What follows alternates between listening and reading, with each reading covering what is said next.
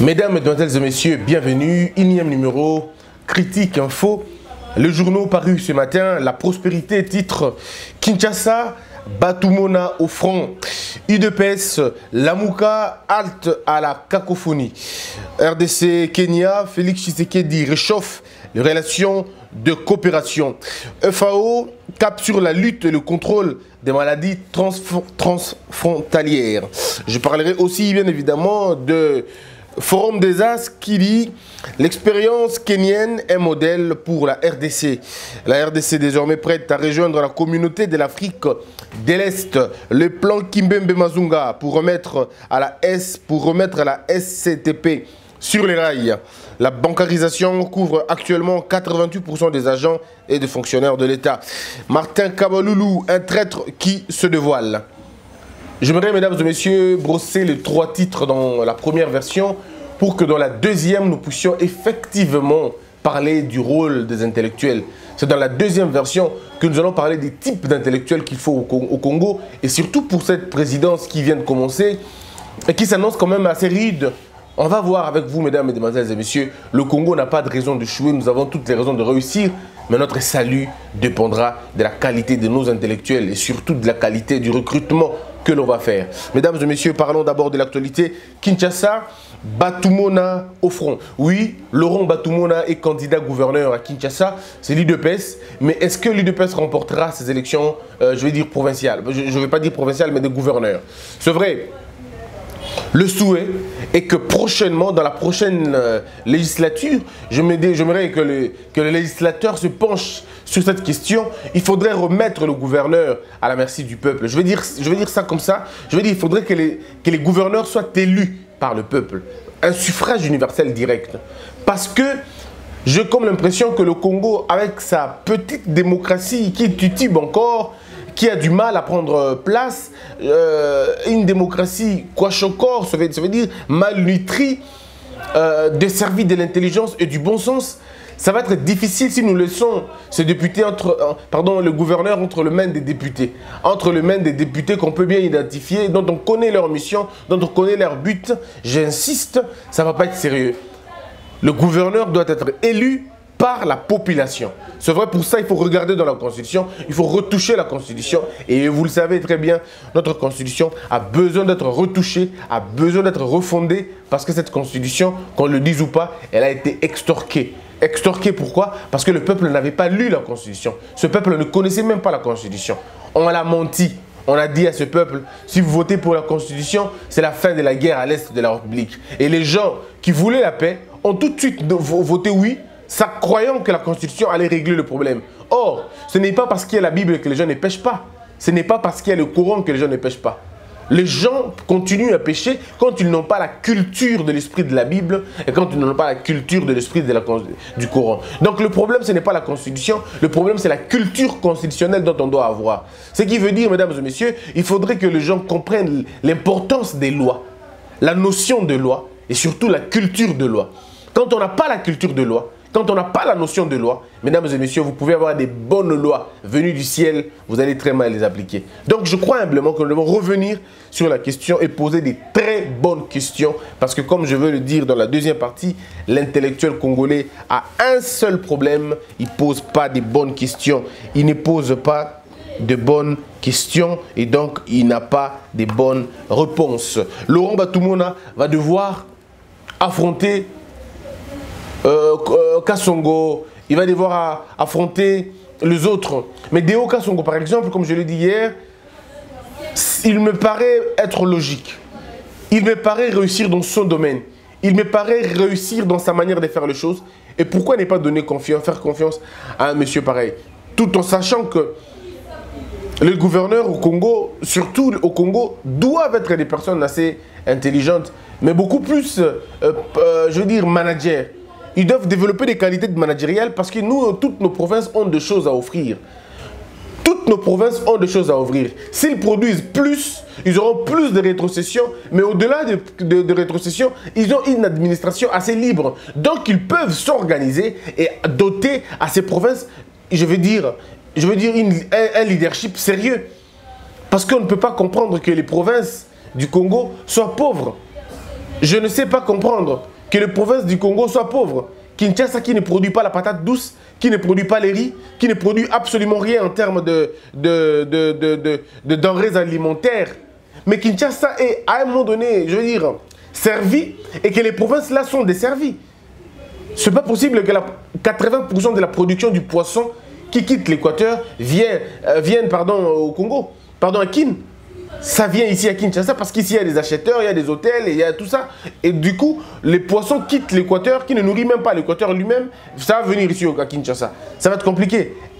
Quand ça ne nourrit pas l'Équateur elle-même, on se pose la question où allons-nous. Lorsque à Goma par exemple, vous avez le lait, comment on appelle, le lait et le fromage qui viennent de Goma pour ici, laissant ainsi Goma dans un état de pénurie. Bon, on va dire pénurie profonde ou légère.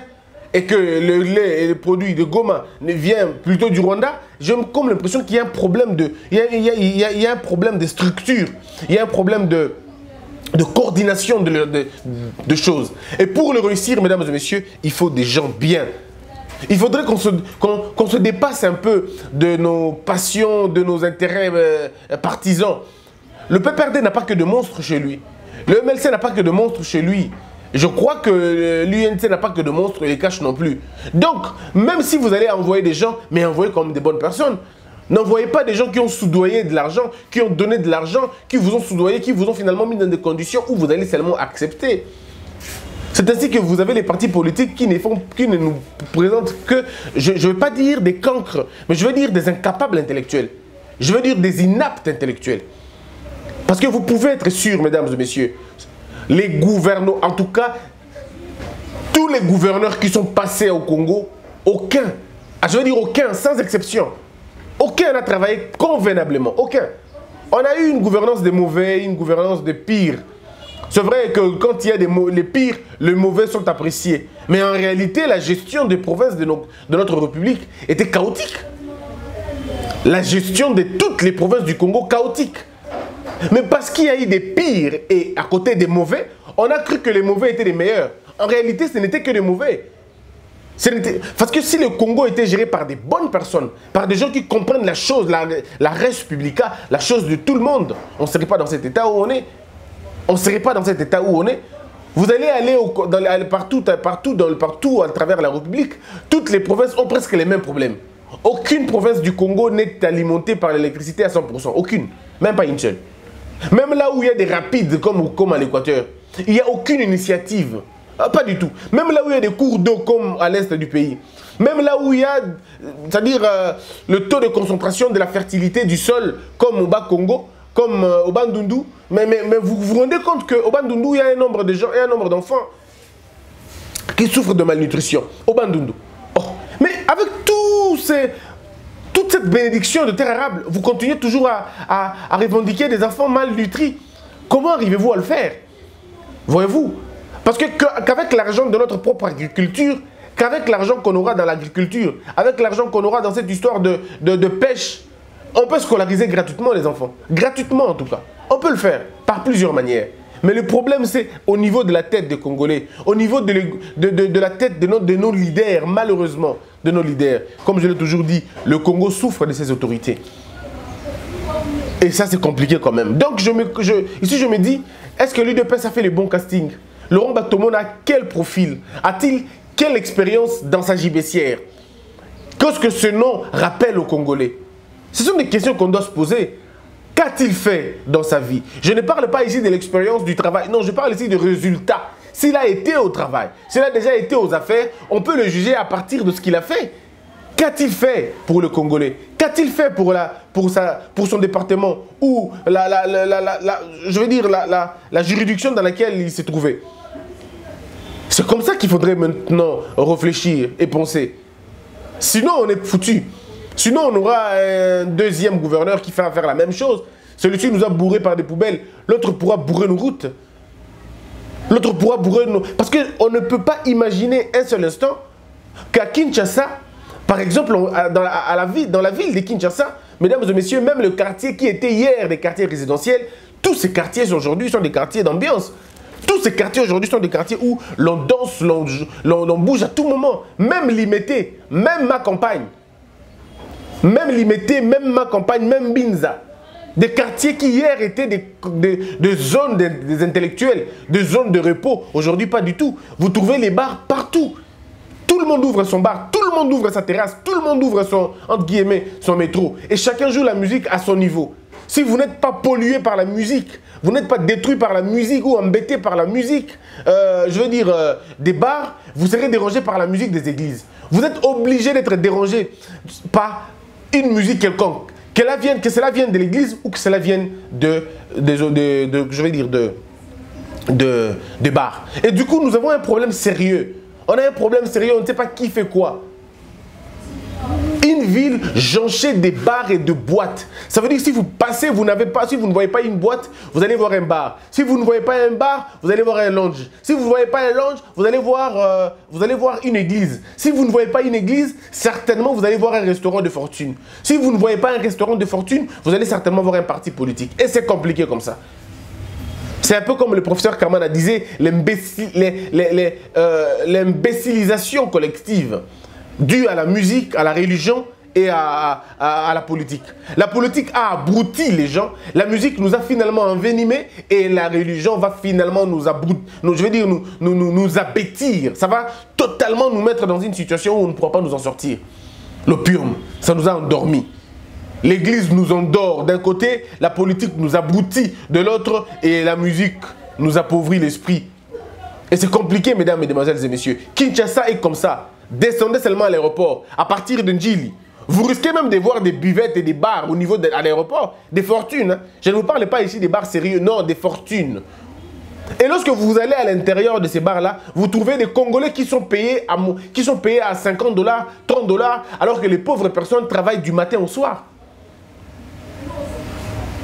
Est-ce que vous imaginez? Vous allez voir vos soeurs, vos frères travailler dans ces restaurants, travailler dans ces bars-là. Ils sont payés 30 $, 40 $. Il y en a même qui sont payés 20 $. Il y en a même qui sont journaliers. Ça fait 4 ans. Ils sont toujours journaliers. Et travaillent dans ces histoires-là. Il faut un gouverneur sérieux pour dire non à cela. Ici, je peux louer un peu la position de Katumbi quand il était encore gouverneur. Monsieur Katumbi avait bel et bien décidé qu'on ne pouvait pas payer quelqu'un moins de 100 $, même les bonnes qui travaillent chez les gens. Mais après, vous savez, le Congo, on a toujours des bonnes idées et après on souffre de sa pratique. On souffre de son application parce que quand vous commencez à mettre ça en application, il y a des interférences politiques qui arrivent. Il y a Kinshasa qui appelle, mais il y a des réunions par-ci par-là où on appelle pour vous fragiliser totalement. Et du coup, votre politique tombe en désétude. Et le peuple, à la fin, ne retient plus rien. Donc, voilà un peu le problème dans lequel le Congo se trouve aujourd'hui. Voilà un peu le problème que la territoriale se trouve aujourd'hui. On a un problème aussi des frontières. Les frontières au Congo, c'est compliqué. Dans les provinces, si vous allez là-bas, vous allez vous rendre compte. Faites un tour dans les provinces, les frontières des provinces. Mais on entre avec 200 francs. On entre avec 20 $, aucune sécurité. Aucune sécurité. Les policiers ou les militaires, les gardes de frontières qui sont là, ils vous laissent entrer avec 1000 francs.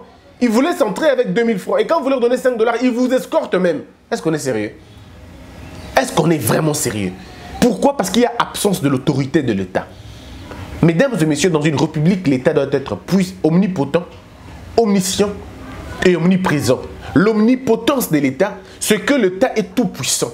La puissance de l'État, c'est vrai, doit reposer sur les règles, sur les normes. Mais sa puissance doit prévaloir sur tout le monde. Nous devons être tous sous la domination de l'État. Mais par la disposition des choses, il faut que le pouvoir arrête le pouvoir. Mais toutes ces choses, c'est dans la fonctionnalité d'un État sérieux. Et quand je parle de fonctionnalité de l'État, je parle ici effectivement de la puissance suprême de l'État. L'État doit être puissant. Mais pas puissant pour écraser ses citoyens, mais puissant pour protéger les citoyens, puissant pour préserver l'avenir des citoyens, puissant pour réglementer la vie des citoyens. Quand vous n'avez pas un État pareil, vous avez un État fragile, un État qui dort, un État qui, à un moment donné, est constipé. Comme l'État congolais qui se réveille à 8 h du matin, un État qui dort tôt, qui se réveille tard. L'État congolais se réveille à partir de 8 h. Et vous sentez que l'État s'est réveillé. Mais il est trop imprudent parce que l'État ne lit pas, l'État ne réfléchit pas, l'État ne comprend pas, l'État n'analyse pas les choses. Nous avons un État barbare, un État bandit, un État, je veux dire, sans morale. Nous avons un État immoral, un État extrêmement faible, mais fragilisé par ces animateurs qui sont porteurs d'aucune solution, mais qui sont plutôt porteurs de plaintes porteur de problèmes. Et c'est là le grand problème, mesdames, mesdemoiselles et messieurs. Quand vous avez un État comme ça, qui se réveille à 8 h, qui va dormir à 16 h, parce qu'au Congo, à partir de 16 h, l'administration publique dort. Cette administration dort. Et l'État, sa puissance dort. Les routes, toutes les voitures qui ne peuvent pas circuler parce que ces voitures ne sont pas en règle, ces voitures-là circulent après 17 h. Vous savez, tout ce qui est interdit se réveille après 17 h. Pourquoi? Parce que l'État dort. Parce que l'État dort. Comment pouvez-vous imaginer un seul instant que quelqu'un soit tué en ville, je veux dire en ville, hein, sur le boulevard de 30 juin? Mais nous allons nous rendre compte à 9 h. À 9 h. Un accident se commet sur le boulevard. Je ne vous parle pas des petites avenues, non, sur le boulevard principal. Un accident se commet à partir de 22 h, mais l'on se rend compte à 7 h du matin. Quand les gens se réveillent, les gens se rendent compte qu'il y a eu accident là-bas. Donc il n'y a eu aucune police routière la nuit, il n'y a pas de contrôle, il n'y a pas de patrouille, il n'y a rien du tout, parce que l'État dort. Et vous voulez nous faire croire qu'il y a l'État au Congo? Non, il n'y a pas l'État. Il n'y a pas d'État. Mesdames et messieurs, toujours dans le côté du gouvernement, laissez-moi vous en parler, les fonctions, les rôles d'un gouverneur dans une république. C'est d'inspirer la quiétude à tout le monde. C'est d'inspirer la quiétude à tout le monde. Les citoyens doivent être protégés dans une ville. Ils doivent se sentir que nous sommes protégés. Mais ils seraient protégés par quoi? Mais par des lois de la République. Par les règles de la République. Mais ce n'est pas le cas chez nous. Est-ce que, toujours dans la puissance de l'État, est-ce qu'on peut imaginer que les Congos, à Kinshasa, il y a aujourd'hui un système, les gens sont enlevés en ville. Je ne parle pas des gens qui sont enlevés à Kingasani, non. Sur le boulevard 30 juin, les gens sont enlevés là-bas. Ça dit, Batouba n'a mis tout bango, et Batouba Kei va enlever bango. Nos sœurs sont par moments violées, par moments traumatisées. Mais cette situation peut prendre 2 ans. L'État n'est pas en mesure de lire, de contrecarrer cela. L'État congolais, incapable, ne serait-ce que de sécuriser les gens au Congo. Incapable. Comment dans une ville on peut s'aimer la terreur pendant 1 année? Je peux comprendre 1 fois. Je peux encore être tolérant pour 2 fois. Mais je ne peux pas comprendre 3 fois. Je ne peux pas comprendre que les paisibles citoyens, après le boulot, qui soient kidnappés en ville, sur le boulevard en plus, à côté de la police. Je ne peux pas imaginer cela. Et voilà là où les Congolais vont très mal réfléchir. Bon, toujours parce que quand le politicien congolais réfléchit, il réfléchit pour son bien d'abord. Balobi non, tout comme ça, taxi jaune. Oh, mais vous trouvez ça où? Oh non, taxi jaune est dans New York. New York est dans taxi jaune. Oui, mais écoutez, vous prenez la couleur des taxis jaunes de New York, vous le mettez à Kinshasa, mais vous laissez la mentalité des taximens de New York. Oh, comment voulez-vous copier les gens que par la forme, pas le fond? C'est quoi le fond de la couleur jaune de New York? Comment la circulation routière est organisée à New York? Comment la sécurité routière est organisée à New York? Mais aussi, au-delà de tout cela, comment la police new-yorkaise travaille? Comment la police réglemente la sécurité à New York? Vous pensez qu'à New York, il n'y a pas de kidnapping? Non, kidnapping, ce n'est pas un mot lingala. C'est un mot en anglais. Et nous tous, nous savons que ça vient de là. Mais comment ils arrivent à mettre terme à ces histoires-là? Comment ils arrivent à inspirer la quiétude? D'abord, New York, on a habité, je ne suis jamais allé là-bas, mais je ne vois pas un citoyen là-bas kidnappé par Botelembon. Je ne vois pas. Et ce qui est salami, ça s'est fait dans la périodicité nini. Et ça, après combien de temps? Mais qui on peut rafler comme ça pendant 2 semaines? L'État est là en train de voir et ne dit rien. Alors l'État va mal trouver la réponse. Ah bien non, on est d'abord jaune. Si tu es jaune, tu es babango. Et puis, bon, après, dans tu as un numéro. Hein? Numéro. Écoutez d'abord la réflexion, comme les enfants. Tu as un numéro pour ceux qui, moto côté na kati, abonné qui bangiba, c'est pas possible. Bangiba kangaye, abenga numéro. Est-ce qu'on est sérieux? Quand quelqu'un est arrêté, il va réfléchir sur le numéro qu'il y a dans le bus. Ou quand on le jette en route, il est d'abord paniqué, traumatisé. Aura-t-il le temps de lire? Babilo Kouana? Non. Et les gens sont arrêtés comme ça. Et bien, les bisous, il y a jaune. Vous savez pourquoi? Parce que peinture, il y a jaune. Et dans là qui marche, et dans là qui cope, il y a un monsieur, une autorité, il y a Mboka. Il était là, C'est lui qui fournissait la peinture, la couleur jaune, na bateau. Et ils s'en foutent. Et puis quand ils quota na bango, ils ont laissé.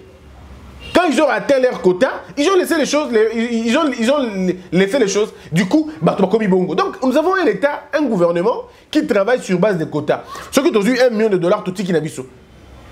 Après, et nous avons aujourd'hui des voitures qui circulent sans couleur. C'est comme ça. Parce que vous n'avez pas de suivi. Mais comment aurez-vous de suivi si vous n'êtes pas vous-même fort? Si vous n'êtes pas stratège, si vous n'êtes pas un fin politique, en fait, je vais dire un homme d'État. C'est ça le problème du Congo. La puissance de l'État, l'omnipotence de l'État. Et au-delà que l'État soit omnipotent, parce que quand je dis la puissance de l'État, ce n'est pas une puissance qui écrase. Ça, il faut qu'on se comprenne. Ce n'est pas une puissance qui écrase les gens. C'est une puissance qui régule les gens. L'autorité de l'État. Quand on parle de l'autorité de l'État. L'autorité de l'État, c'est dans sa respectabilité. Quand je dis de sa respectabilité, ce n'est pas une allégeance bête. Non, c'est une respectabilité venue de la redevance. Hein?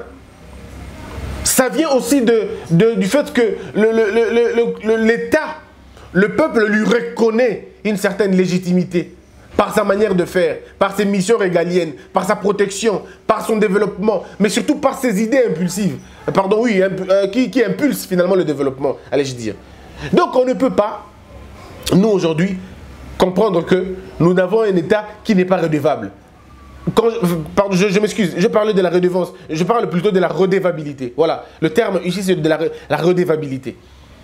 Au-delà de la puissance de l'État, l'État doit être omniprésent. Mes frères, l'État doit être partout, même dans ton assiette. Tu dois ressentir que l'État est là. Même dans ton assiette, l'État doit se sentir, la présence de l'État. On doit sentir que l'État est présent où nous nous trouvons. Mais ici au Congo, non, pas du tout. Regardez, allez manger dans les alimentations des Congolais. Tout. Vous allez vous rendre compte, ça sent mauvais, ils ne sont pas propres. Personne s'en fiche quoi. Parce qu'il n'y a pas de service d'hygiène. Mais l'État doit s'y mixer dans ton assiette. L'État doit voir qu'est-ce que tu manges. L'État doit être présent dans nos frontières. L'État doit être présent dans nos assiettes, dans l'OCC, à la SNEL. L'État doit être partout, même dans la facture de l'électricité. L'État doit être là pour savoir qu'est-ce qu'on demande. On demande dans mon peuple. Le peuple va payer le courant sur base de quoi? On est dans un pays où, même pour la SNEL, même pour l'électricité, nous payons plus que nous consommons. Tout ça, il y a courant, à Kinshasa, courant est mari de nuit. Courant est à Kanabutu. Et puis, ponctuel, à 4 h du matin, avant la mouka courant. Donc, il y a des gens qui font 2 semaines, à courant, mais courant est à Kanango. C'est-à-dire, le courant vient, tant il y a l'ali, et qu'il y a la mouki. Et du coup, le gars n'a pas. C'est compliqué. C'est ainsi que dans certains coins, dans Kinshasa, les gens, au moment où minuit, tu te poses la question, c'est quoi? Oui, il profite pour tout faire la nuit. Tant qu'on est à 23 h, la mouki, parce qu'il va mis qu'il y a tant de courant. Mais dans quel état vous vivez, mesdames et messieurs? Alors que vous avez Inga. On en a comme ça 3. Kinshasa a opéré sa couronne en Angola, Kinshasa a opéré sa couronne à Brazzaville, Kinshasa a opéré la couronne en Afrique du Sud, et Kinshasa continue à vendre le courant partout à travers le Congo. À travers, pardon, l'Afrique. Mais l'argent de cette électricité, qui a la facture? Ça va dans quel compte? Ce n'est pas au trésor public, mesdames et messieurs, c'est ailleurs. Et là, c'est pas bien. L'État doit être présent dans toutes les transactions qui se font. L'État doit être là. L'État doit être présent dans les marchés publics. Quand vous dites nous appelons le marché public un appel d'offres, il faut que ça soit transparent, que ça soit sérieux. Il ne faudrait pas que, comme au Congo, quand on veut construire des routes, vous savez qui gagne le marché? Des ministres. Les cousins des ministres, les frères des ministres, les sœurs des ministres. Ce sont eux qui gagnent les marchés de routes. Mais lorsque vous regardez dans l'expérience de ces gens-là, ils n'ont jamais travaillé une seule fois dans ce secteur en question. Ils postulent dans les secteurs dont ils n'ont jamais travaillé. Mais ils veulent quand même gagner les marchés. Et vous allez voir des hommes sérieux qui ont battu 20 ans, 30 ans dans ce service-là, sont déboutés. Est-ce qu'on est sérieux? Le marché des plaques d'immatriculation, qui l'a? Les marchés du passeport, qui l'a? On ne sait même pas. C'est une famille qui a ce marché-là. Mais il faut détruire ça maintenant. Donc, mesdames et messieurs, il y a beaucoup de choses à dire sur la question du gouverneur, que ce n'est pas de la blague. Alors on va faire une autre digression. Et puis on a dit l'omnipotence, l'omniscience. Oui, l'État doit lire. L'État est le plus intelligent que tous. L'État est cet organe qui réfléchit à la place de tout le monde. Mais vous avez des travaux de fin d'études. Nous sommes un pays, un État qui ne lit pas. Quand je parle de l'État, je fais ici, je prends l'image des animateurs de cet État-là. Mesdames et messieurs, l'État doit lire. Lire quoi? Vous voyez là, les TFC, les mémoires, les travaux de fin d'études, de tous les étudiants. L'État doit prendre le temps de les lire. Pourquoi ces étudiants font des travaux? Mais c'est pour dire à l'État ce qu'ils pensent, même si on sait aujourd'hui qu'il y a des plagiats. Mais ces gens-là devaient lire. L'État devait lire ce que les étudiants écrivent.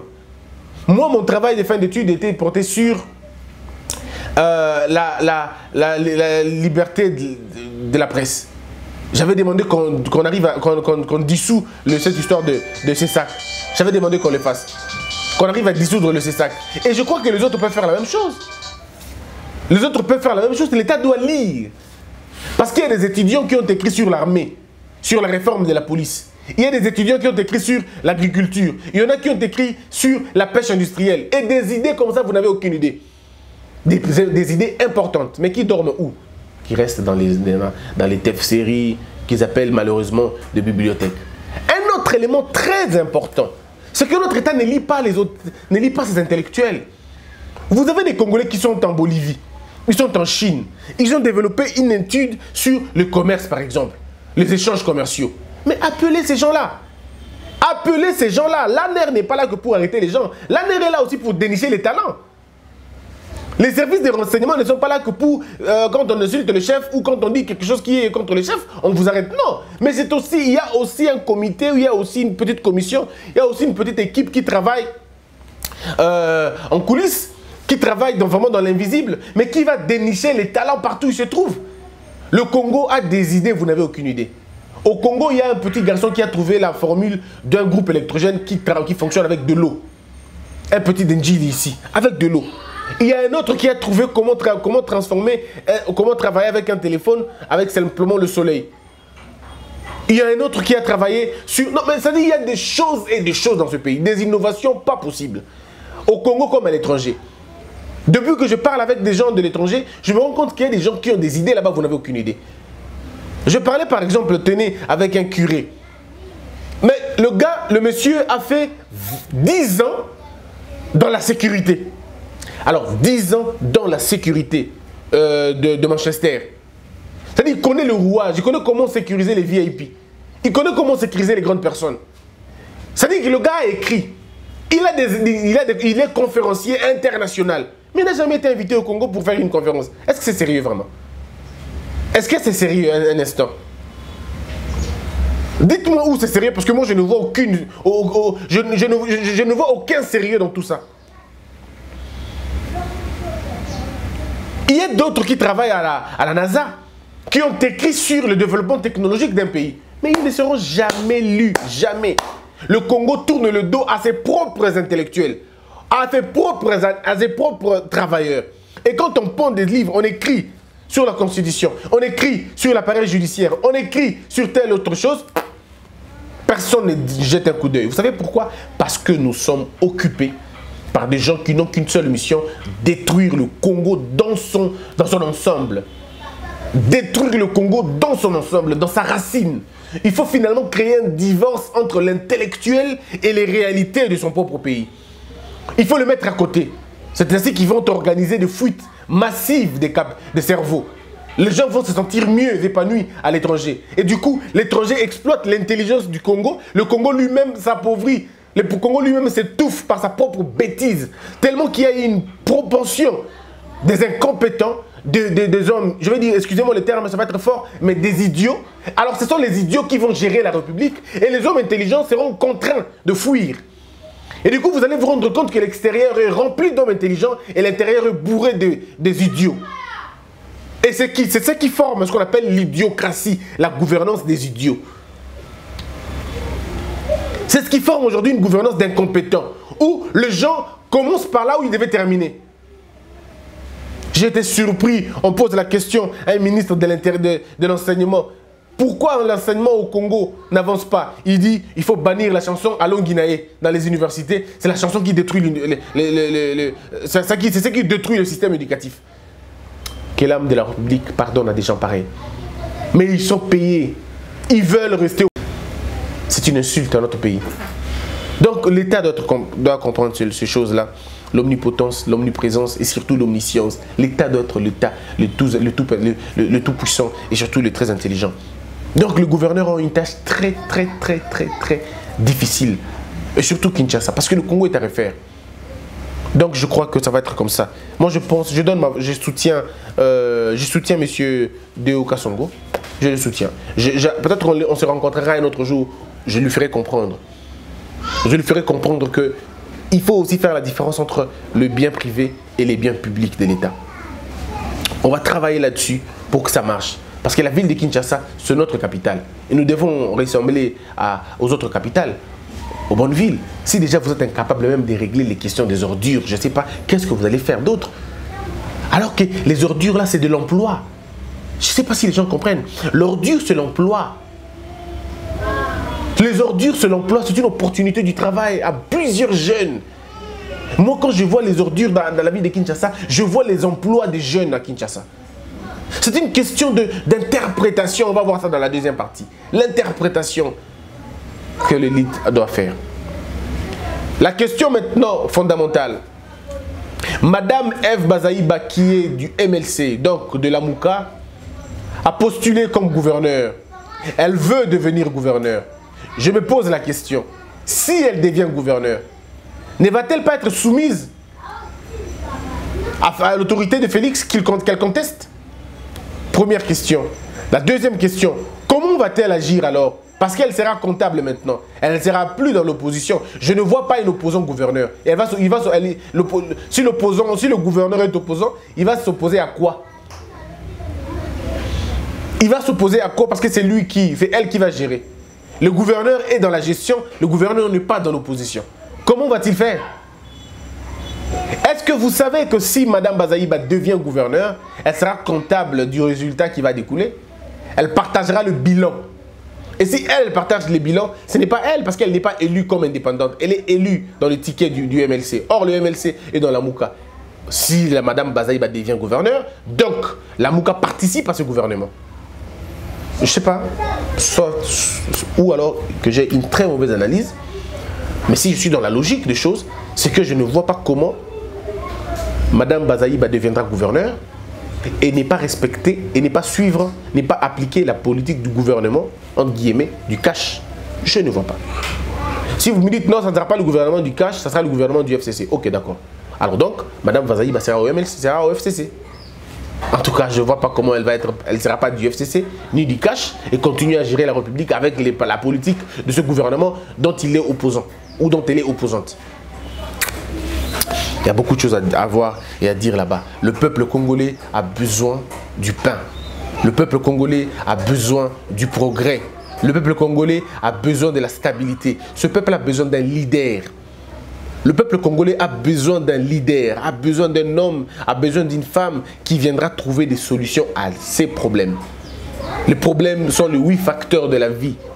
Le logement, le transport, la santé, le déplacement, la scolarité, tout ce que vous connaissez dans les 8 facteurs de la vie, le peuple en a besoin. Et il faudrait un homme, il faudrait une femme pour trouver des solutions là. Et donc nous, ici, nous continuerons à crier haut et fort pour que ces choses changent. Nous continuerons à demander au Congo et surtout aux autorités d'être sensibles. D'être sensibles. Le plus grand problème de ce pays, c'est aussi le fait qu'il y a une sorte d'injustice. Et j'en parle dans la deuxième partie. L'injustice sociale, les écarts de salaire. J'en parle dans la deuxième partie. Mesdames, Mesdemoiselles et Messieurs, je vous demande aussi de vous abonner. Ne vous fatiguez pas de vous abonner. Je suis très heureux, vous savez pourquoi? Parce que, vous savez, c'est vrai qu'il y a des gens qui sont contre ce qu'on fait. Ce n'est pas un problème. On ne peut pas avoir l'unanimité. Seulement, je dis à ceux qui nous écrivent des messages, qui nous réconfortent, vous n'avez aucune idée du plaisir que ça nous fait. C'est plus que l'argent qu'on nous donne. C'est plus que l'argent qu'on nous donne. Je me réveille tout le matin avec le même sentiment de travailler encore davantage, de faire encore des recherches pour rencontrer vos besoins. Et merci beaucoup en tout cas. Voilà pourquoi je vous demande de ne pas vous fatiguer. Abonnez-vous davantage. Abonnez-vous encore et encore et encore. Demandez aux autres de s'abonner. C'est toujours important pour nous. Nous étions à 0, maintenant nous sommes à 18 millions d'abonnés. Nous voulons atteindre 1 million d'abonnés avant la fin de cette année. S'il vous plaît, aidez-nous à arriver à atteindre ce cap-là. Le cap que nous nous sommes fixés, c'est 1 million d'abonnés et c'est 1 million de vues par vidéo. Nous sommes capables de le faire. Quand je vois d'autres vidéos de blagues, divertissements qui atteignent 1 million de vues, je me dis nous pouvons arriver à le faire. Si nous voulons le changement, eh bien, soutenons le changement aussi. Soutenons la sensibilisation. Voilà pourquoi si toi tu as 10 amis, 20 amis, 30 amis, envoie les liens et rassure-toi qu'ils se sont abonnés. Ça va être un grand plaisir. Quand quelqu'un changera, tu auras aussi un avantage sur les gens qui vont changer leur manière de voir les choses. Merci beaucoup, mesdames, mesdemoiselles et messieurs. Ne vous fatiguez pas de me faire des remarques. Faites-moi des remarques, je suis très ouvert. Faites-moi des remarques constructives. Nous allons travailler pour que ça change. Je rappelle, il est là. Notre compte, il est là. Notre compte aussi mail, il est là aussi. Donc faites la même chose. Envoyez-nous vos mails, envoyez-nous vos remarques, envoyez-nous vos suggestions par les numéros qui est affiché sous le bas de l'écran. Je vais répondre à une question d'un ami qui m'a posé: pourquoi vous ne mettez pas des vidéos pour illustrer les images? Non, notre cahier des charges, c'est les infos. Nous critiquons les infos. Nous ne pouvons pas balancer les images parce que ce n'est pas un journal. Si c'était un journal parlé ou un journal télévisé, on aurait eu des reportages. Mais ça va venir avec le temps quand on parlera de l'actualité animée. On en parlera. Mais ça sera dans un autre cahier. Mais ce cahier ici, notre cahier des charges est concentré sur les infos. Et comme nous sommes dans un plateau comme ça, c'est pourquoi vous voyez ça. Mais après, vous allez voir les plateaux incrustés, il y aura des journaux derrière. Vous allez vraiment aimer, ça va très bien se passer. C'est pas pour rien que j'ai toutes ces barbes. C'est le travail que nous faisons déjà. L'amour est en Dieu, Dieu est amour, paix dans le monde, que la paix que nos esprits et que Dieu bénisse la RDC.